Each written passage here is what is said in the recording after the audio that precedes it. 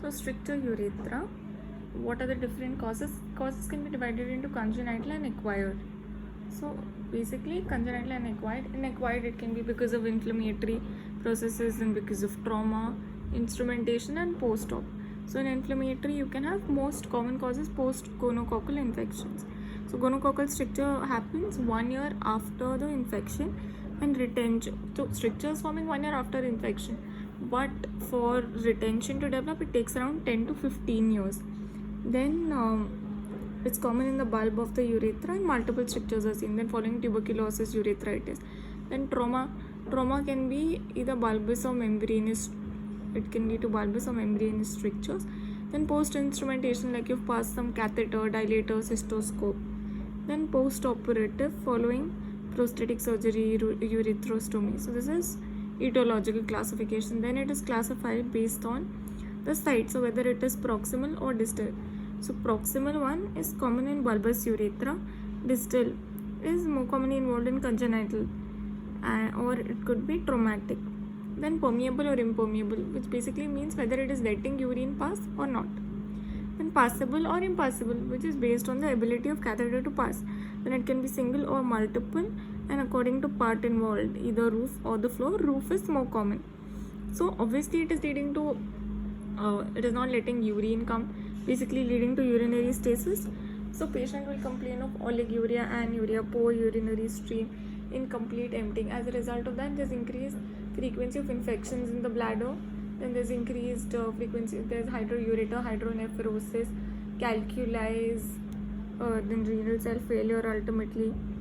Then because of infection they can present with pain, burning, micturition, suprapubic tenderness.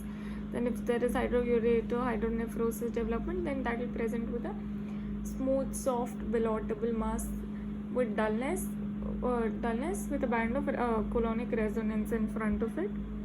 Then later on it will be thick and there will be feeling of button-like thickening. So investigations, we can go for urine microscopy and culture, then cystoscopy, then intravenous urogram, micturition cystourethrogram. So in this intravenous urogram, we visualize hydronephrosis, hydroureter, and blood urea serum creatinine is done.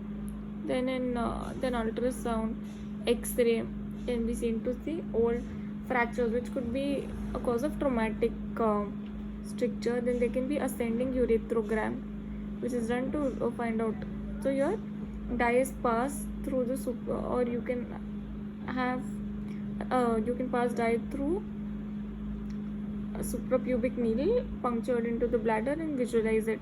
Urodynamic studies, urethroscopy. So treatment is you have to dilate the strictures obviously. So we have intermittent dilation, wherein what we do is we use these dilators, either Lister's dilator or Clutton's dilator, and in the OT gradually we keep dilating. So serially we keep introducing the next size. So you have to keep doing this. So now how is this procedure done? Initially it is done once a week for the first month, once a week, then once a month for the whole year, and after that once a year on his birthday. So first when you start 1 month, you have to do it every week. After that every month till the year gets over. After that year is over, every time on the patient's birthday. So this we can use this. So we use Lister's dilators, Clutton's dilators, and filiform bogies.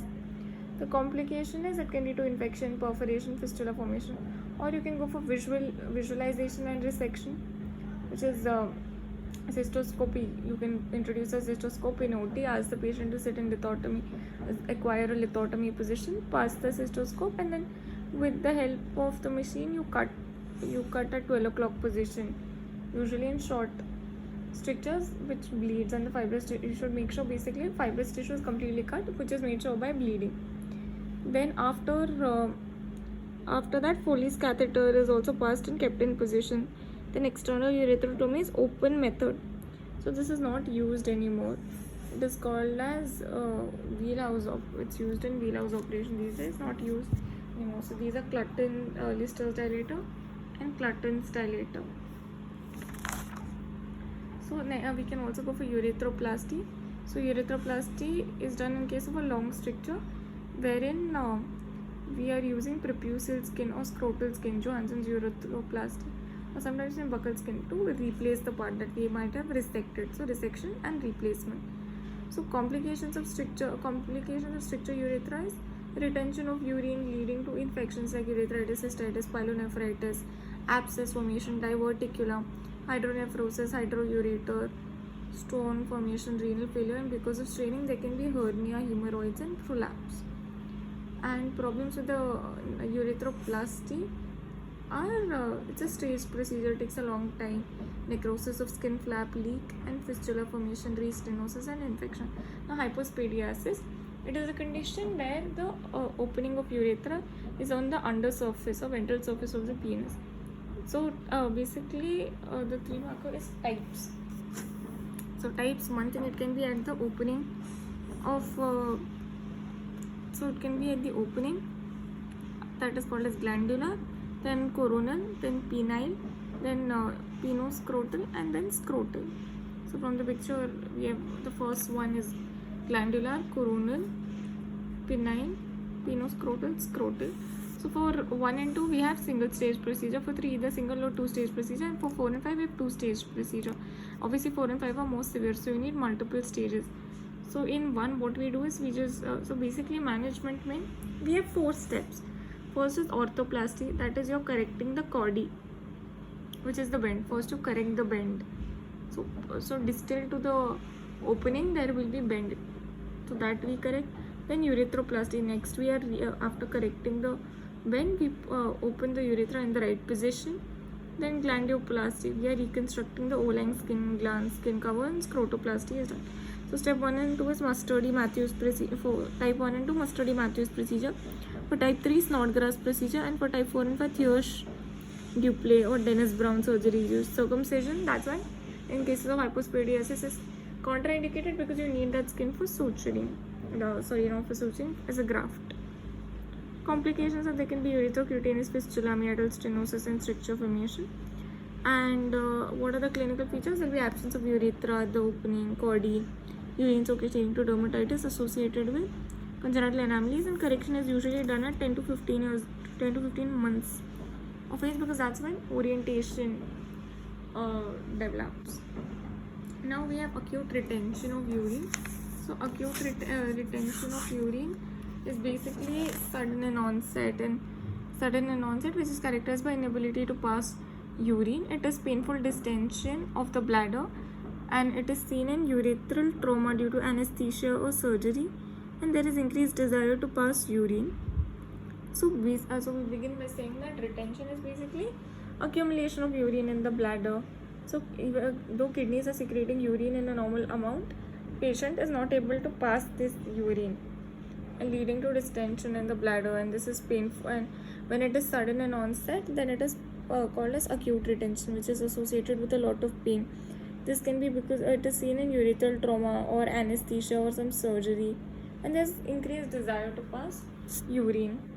So different causes can be urethral injury, stricture, then stones, phimosis, posterior urethral valve, BPH, carcinoma, bladder tumor near the bladder neck. Then bladder neck hypertrophy, prostatitis, urethritis, neurogenic causes like head and spinal injury, spinal surgery. Then following pelvic procedures, drug-induced retention like in anticholinergics, antihistaminics, and drugs and antidepressants. So clinical features, it is seen, it presents with pain and swelling in suprapubic region because the urine is not passed yet. Then there is inability to pass urine, there's a lot of earth, so you'll have abdominal pain, and there is smooth, soft, tender swelling in the hypogastric region, which is dull on percussion. Then features relevant of specific causes like are present. Then we have poor rectal examination to see a prostate and other causes. Investigations, ultrasonography, blood urea, serum creatinine, urine microscopy is done. Now treatment is urinary catheterization using Foley's catheter. If that is not working, then we go for suprapubic cystostomy. So suprapubic cystostomy is suprapubically you're opening the bladder, and then you're introducing Malakot's catheter. Then the underlying cause, that is stricture, trauma, is treated, and intermittent catheterization is continued in neurogenic bladder. So you should evaluate, check the renal functions, intermittent catheterization, treating the cause, vesicotomy in children. Then post-op retention is common. So for post-op retention, what you can do is you can reassure the patient that it is a normal entity. Then place hot water bag over suprapubic region, changing position or standing, and occasionally go for catheterization.